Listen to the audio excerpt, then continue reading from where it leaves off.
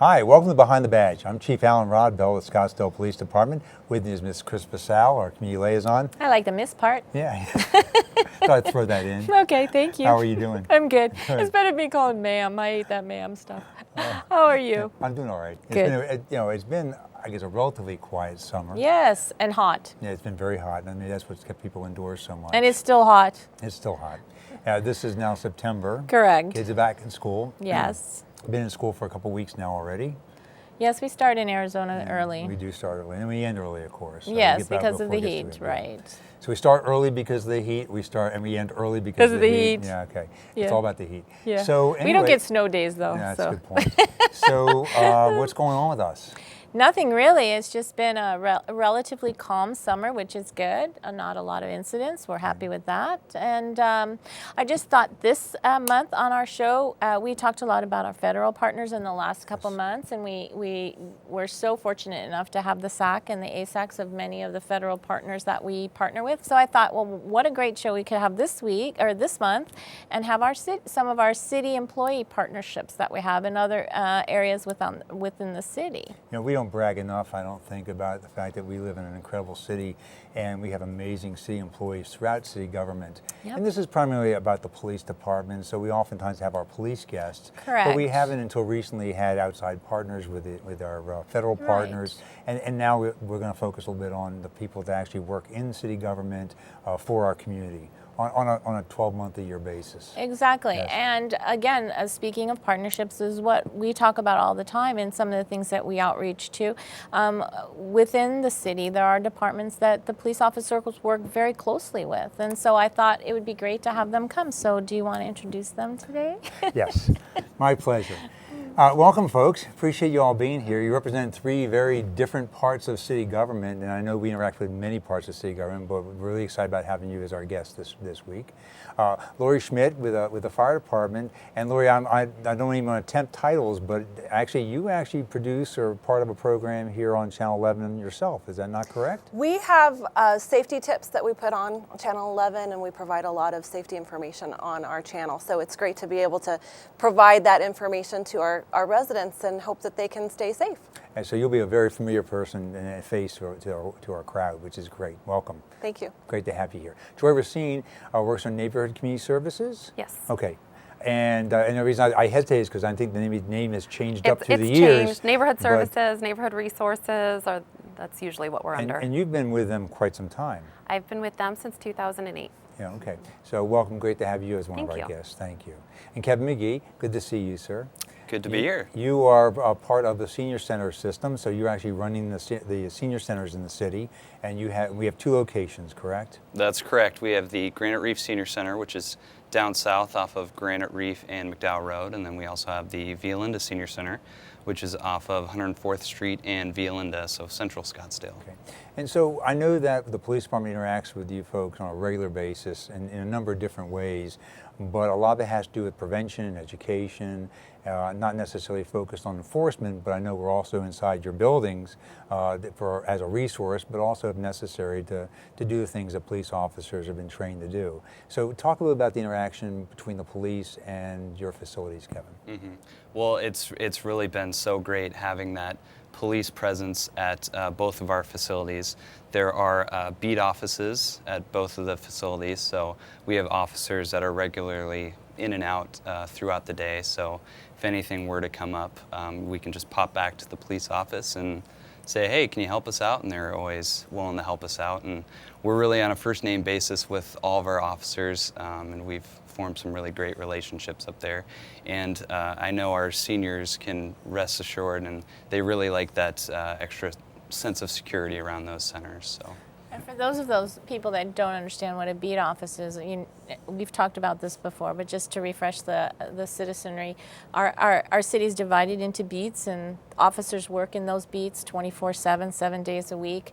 And you, as far as the facility at the senior center, provide an office with a computer and a telephone so the officer can do his reports while he's at the senior center instead of doing it in the car, and that way he's inside but he's still be able to help you if thus should you need him. Mm-hmm. Absolutely. And instead of driving all the way back to the police station and leaving Right. the beat alone, they're there and it could be a quicker response. And also they're there as a resource. And so are they doing any programs at the Senior Center in support of your staff? Absolutely. We've partnered on a few different programs. One of our programs is Coffee with a Cop. So every few months, we'll reserve one of our rooms. We'll invite the public out to meet with a couple of our officers just to answer any questions and kind of get to know That's who's in the cool. neighborhood. And That's pretty neat. yeah, we get coffee. It's more I than know, just they a clever drink coffee name. anyways. Yes. Yeah, that's So we awesome. do coffee, get some bagels, and it's a good time for everyone. And so what are some of the questions that people ask the officers when they're there? I'm just curious. It depends. Sometimes it's about upcoming programs, things like the shred events that are put up, organized throughout the year, or drug disposal events for those prescription drugs that they're not using but they're looking to get rid of. Sometimes there's maybe some neighbor disputes that they want some clarification on. So it could be really anything that they want answered. I've actually attended one of those some time ago, and it runs a gamut of questions, whether they're personal questions or just curiosity questions. But it's a nice, comfortable setting. What happens when I get a ticket? Yeah, let's do all that. But and it's a lot of fun too, because Oh, quite frankly, that's people neat. come out just to see you and just to meet you, and so it's almost a meet and greet. Mm-hmm. Yeah, cool. so appreciate you doing that, and I think the viewers need to know that officers aren't there all the time. Right. They use that as a facility to drop in at and do some work. But clearly, if there was a need to meet an officer, they'd be willing to make an appointment to have someone there to make sure an officer's there. But Right. but an emergency is 911. Don't go to Yeah, the that's office right. and expect the officers to be there, because they may not be there. Right. Absolutely. Thank you so much. Thank and you. Joy, I know we've worked together for quite some time between Neighborhood Resources and Neighborhood Watch Yes. programs, and perhaps perhaps people don't know enough about the Neighborhood Watch program, about how they get started, or if there is one going in my neighborhood, how I can join one. Would you mind talking about that just a little bit? Of course. With Neighborhood Watch, our primary focus is communication. We really want to focus on the neighbors getting to know each other and getting them to know what's going on in their area, because they really are, to coin a phrase from you guys, the eyes and the ears of the police department. Just even little things. An officer can drive down a street and see a pool truck or an electrician's truck or utilities or handyman or anything like that parked in front of a home and not think anything of it, because that's an ordinary occurrence. But the neighbors around, when they see that pool truck right in front of a house and the neighbor doesn't have a pool in the backyard, okay, that's something that the neighbor's gonna know and not the officer.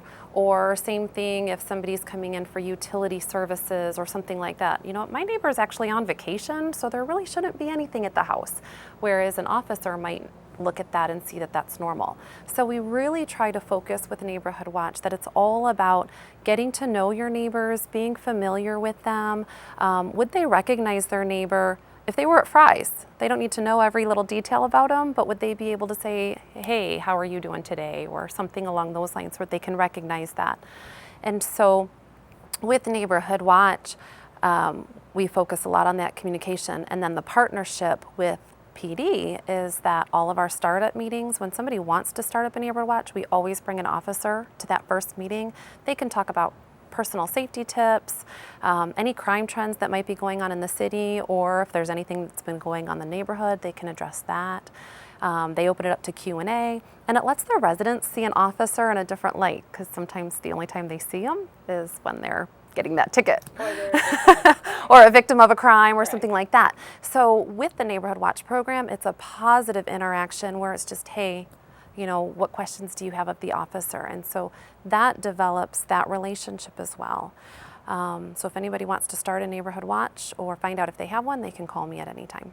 I'm listening to you, I'm hearing a lot of really nice accolades about the PD, but you really do all that work, and we need to say thank you for that, because you're the one organizing all that. You're helping us look really good and get our job accomplished, mission accomplished with keeping safe communities. But realistically, you're the person behind the scenes that's doing all that. So thank you for that. And so you are also very much a resource to our community. And so if you just don't mind talking about yourself for a minute and the kind of resources you provide, I think our folks would enjoy hearing about it. Sure. Through the Neighborhood Services Department, we do have the Neighborhood Watch, so I can help anybody find out that information, how to go ahead and start one, do they have one. A lot of my captains will call me, hey Joy, we saw helicopters flying overhead, can you find out that information? Or, hey, Joy, we have a resident who's doing this. Is there a law against that? So a lot of times I'll get that information and we'll work with PD to get that information out to the residents. The other thing just in general with neighborhood services is we have a few other programs. So we also do the curb painting kits. A lot of times fire and police, they want to get to the house as soon as possible, but addresses are blocked, whether it's by shrubs or poor lighting. So through our department, you can get a curb painting kit, which includes the stencils, and we tell them how to put it on the curb so that we can make it nice and bright so that law enforcement or fire can get there faster.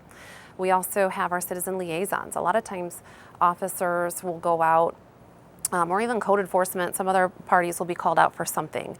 Well, our liaisons can step in and help an issue where a law is not being broken or there's not a code enforcement infraction, but maybe there's just some issues, some mediation. I oversee the mediation program as well. So a lot of times it's just two neighbors just aren't getting along. They can call me and we can set up a mediation from the neighbors.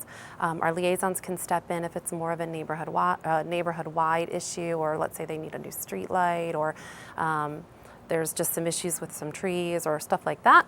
Our liaisons can step in when they have to get more departments involved, whereas I'll step in with mediation if it's just a simple neighbor to neighbor. And then we also have the neighborhood notification program, and that's an internal registry of HOAs that we have, that if an HOA or a community registers their neighborhood with us, well then police and fire can use that. If they have to get information out to some key leaders in a certain area, then they can access that database and then key in on certain areas and get information out. So those are the different areas. We also have the call center, and so that's the 3111, 312-3111. So people will constantly call that to just get general city information. They don't know who to call, they can just call that number, and we have two wonderful ladies there who answer all those phones too. So if I'm an HOA member, and I am, but I'm not a president or an officer, I'm just a member of an HOA, and I wanted that service, I would have to go through my HOA leadership to get listed so we get that information? Is that how it would work?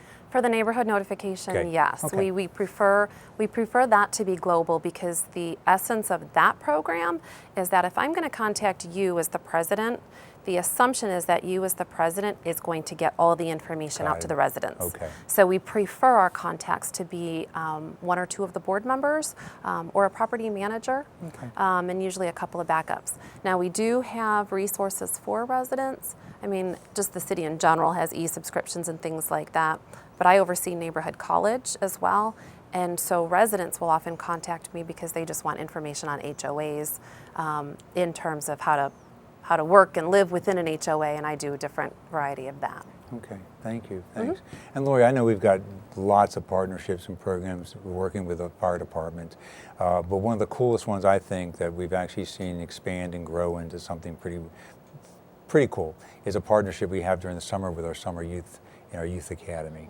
And I guess we just had one successful one over the summer. This summer, it's been now how many years? I think in 2016 will be our 9th Teen Academy. And I know, Chris, you were involved in almost in the beginning when we started 16 years. But really, it's been that long. Yeah. And wow. I did it for 16 years. It's amazing how long we've been in this business, and it just seems like just yesterday. But we've evolved what we From the did, police, which was a to a public which was a safety. great program. But because there was an interest in trying to do a 2 in 1 week, which is pretty aggressive, quite frankly. Yep. We combined the police and the fire into what is currently taking place. Right. And so talk a little bit about that, and then we're way out in September, to next year. But for parents and for kids to hear about it, how they would It fills up fast. volunteer for it or enroll for it, we should talk about that too, because that's a cool program. Yeah, the Public Safety Teen Academy is one of the most amazing weeks, and when I talk about it to other people, they say, gosh, I wish I had that when I was a kid. Me too.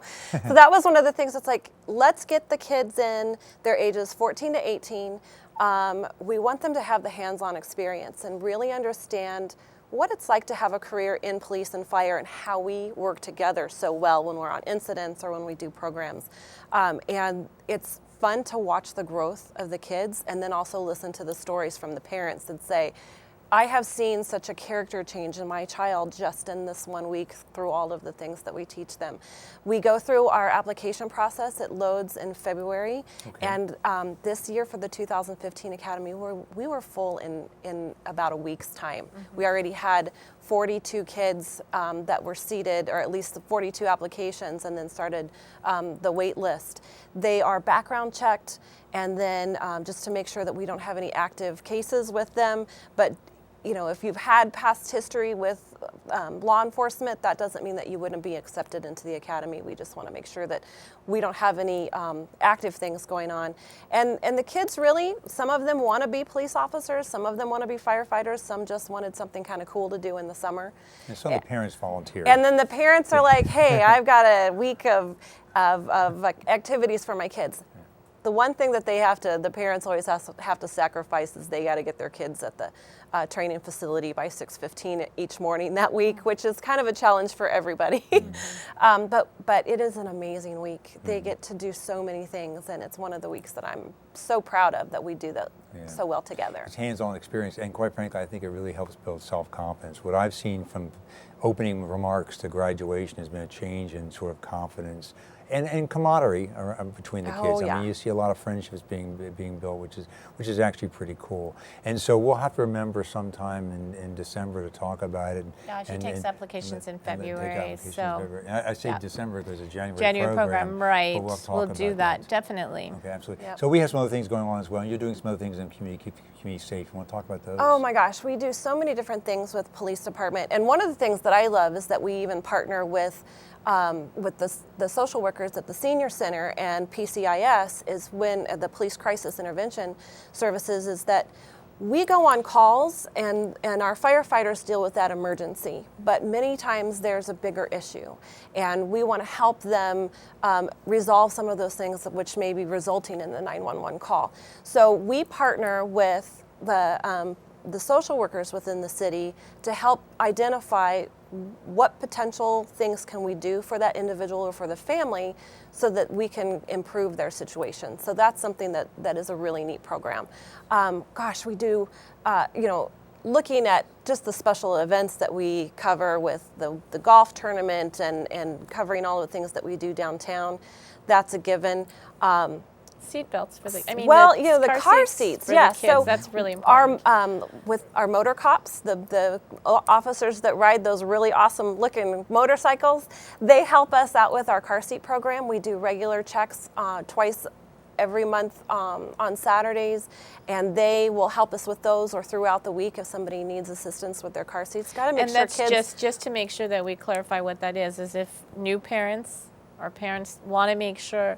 Because I'll tell you, even as a grandma, I didn't know how to put the car seat in, and I make my daughter do it even today because it's difficult. So when you say new parents, Isn't I go, it? what are you talking about? I don't Grandparents. I can't do it. So this teaches people to How make to sure put their it's car put seats in correctly in the car. So for Yep. new parents, this is a great resource. That's something that you can ease your mind. Yeah, and I've been working in that area for more than 15 years, and I know I can count less than 10 seats where the families have installed it correctly or there weren't any issues with the seats. So we love to be able to provide the service, to provide that education and help them understand how to keep their kids safe when riding in the vehicle.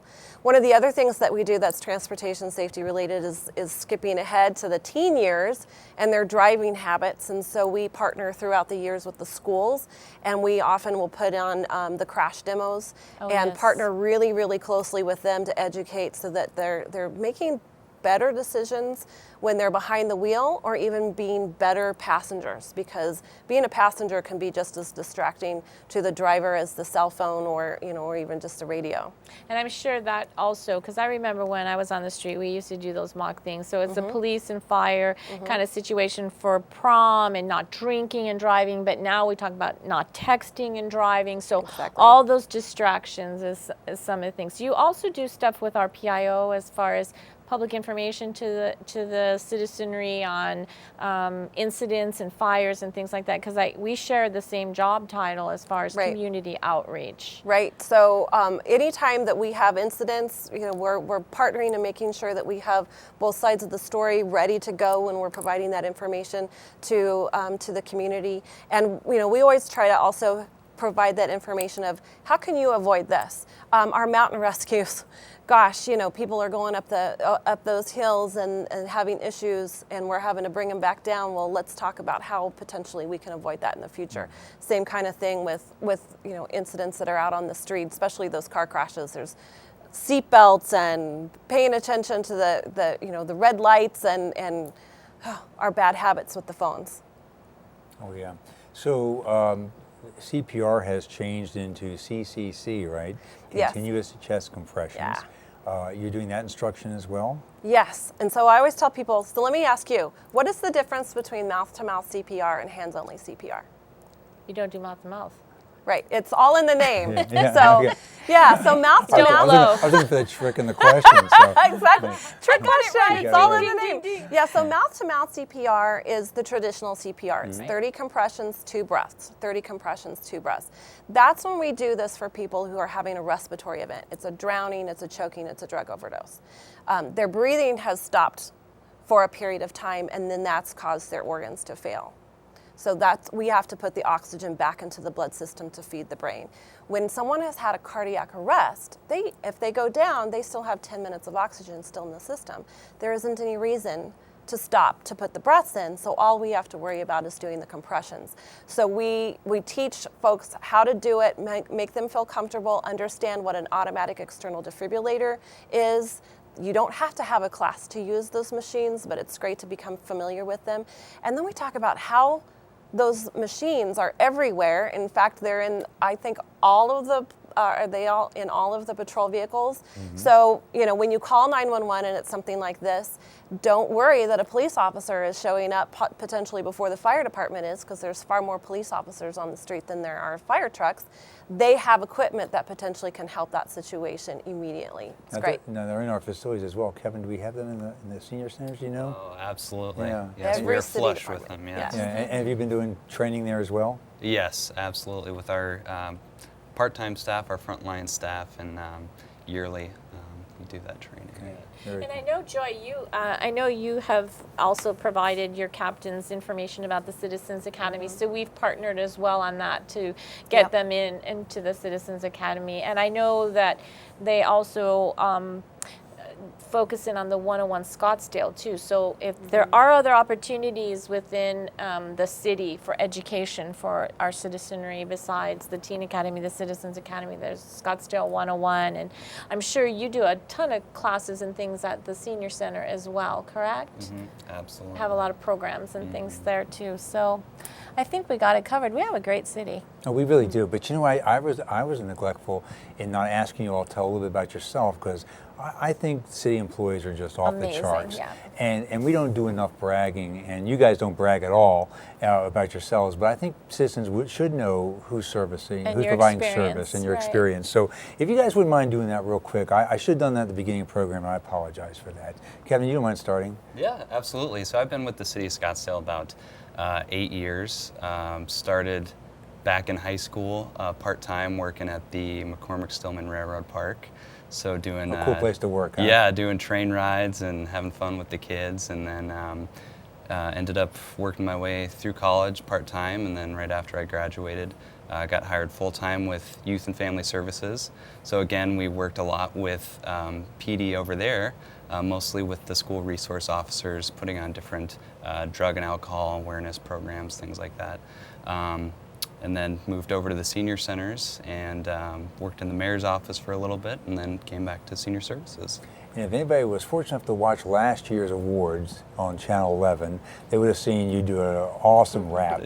Very talented. Yes. Don't want to be necessarily known just for that, I get it, but very talented. So thank you Yes. for being a guest. Thank Joy, you. tell us a little bit about yourself. Well, I'm a former teacher, so I used to Oh, teach okay. French before I joined on with the city, and I came on to the city in about 2002. I actually started at Via Linda Senior Center as a part-time Rec 2 staff, and then from there the city started the STOMP program, which was Could you explain what that is? Yeah. that was a really neat program where I would hire teens part-time to go out to homes who had received code enforcement violations, and the homeowners were usually elderly and low income, so they couldn't do the work themselves. So my teens that I would hire would go out and we'd pull their weeds or paint their house, fix their gate, and we'd do a lot of that to kind of help with those code enforcement issues. That was a cool program. Is this It still was in fun. existence? No, it's No, not. okay. Is It's there not. anything that There's supplements something similar. We now have Operation Fix It. Okay, yes. And so that's run kind of in tandem with code enforcement as well, run by Michelle Holmes. And what she does is she has volunteers now who will come out and essentially do that same concept, but she has volunteers that do that program. And then we also have the neighborhood tools trailer, which residents can reserve for free, and they can do the work themselves if they want. So they can do that. So we do How have cool is that? we have an offshoot of Stomp, but not quite the same. There are some great programs in this city. We'll make sure all these numbers are put up at the end of the program, so thank you. Great, sure. Lori, Oh, about your gosh. background. Well, I've been with the city for 10 years. I've started when the fire department became an official city department. Before that, I worked at Phoenix Children's Hospital, and then before that, I was in media. So we all kind of have that ebb and flow of where do we go and kind of be interested in where we land. I always tell that with the college students that come in. I'm like, your life will go in interesting paths, and I never would have thought of working with the fire department.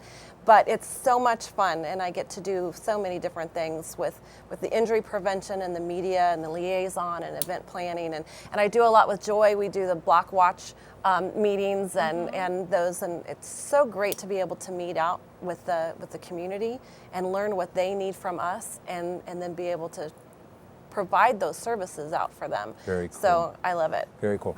You're terrible at bragging about yourself there. None of that was about you. So just a shout out to the fire department. This is your 10th year anniversary. Yes. You just celebrated in a big way. Congratulations on Thank that. you. Thanks for 10 years of service to our community. Absolutely. So that's about, I think that That's pretty much it. does it. Thank you We're all for done. being our guests. Thank you for it was coming a wonderful, today. We wonderful appreciate it. session. Thank you guys. I appreciate it very much. And I guess we'll see you guys next month on Behind the Badge. Thanks for being you. with us. Be safe. Take care.